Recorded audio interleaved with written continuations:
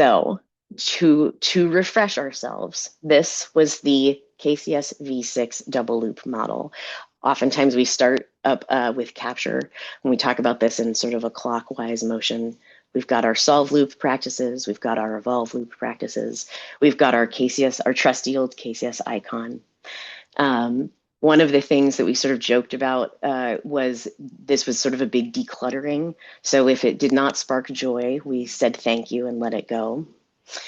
And so now let's take a peek at the new layout here. So we still have 8 practices. We still have 4 solve loop practices. We still have 4 evolve loop practices. You will notice some changes. So we start now with reuse. Then we talk about improve. Then we talk about capture. Then we talk about structure. Content health is still a thing. Process integration is still a thing. Performance assessment has become performance insight. And there's some changes that have happened in that practice that I'm very excited about. And then leadership and communication has become change management.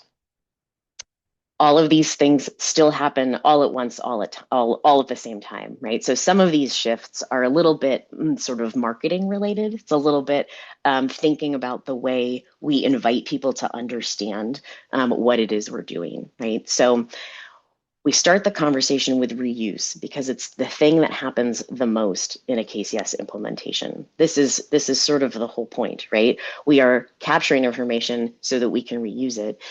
And starting with reuse helps avoid the conversation or avoid the misconception that every interaction will result in the pausing and the creation of a new article. So we're starting with reuse because mostly over time, that's really what we're doing.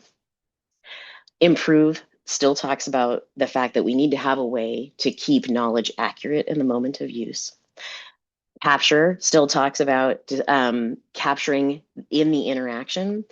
There's a new technique in capture that differentiates between capturing and creation. So we only create when demand requires it.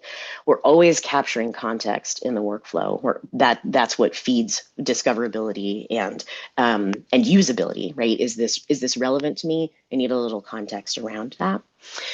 However, we're really only creating an article when one doesn't exist. And once you have an implementation up and running, that doesn't need to happen with every interaction. And then structure provides options for leveraging captured knowledge by improving readability for both humans and machines. So this is, the practices guide is captured experience of members.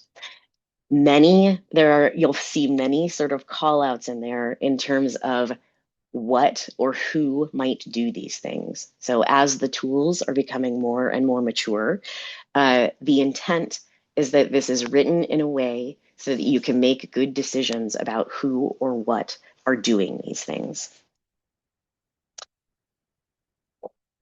In the evolve loop, we had, I believe, 12 techniques under content health. We have edited those and restructured them for clarity.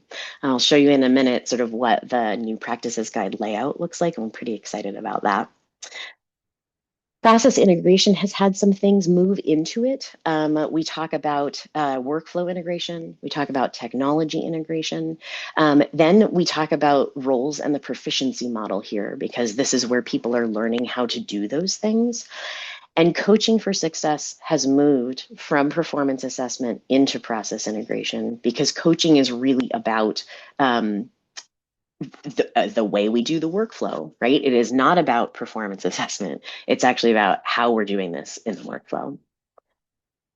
Performance assessment has been updated to performance insight. So the thinking about this is that there are a couple of things we want to have insight into.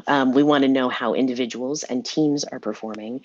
We want to know how our program is performing, and we want to know that the implementation has is fulfilling its promises to the organization. So what the organizational benefits are. And then leadership and communication has shifted to be called change management. It's still largely about leadership and communication. However, thinking about the fact that this is a system that needs care and feeding has become a big deal to the members involved. And this section starts with talking about the motivators.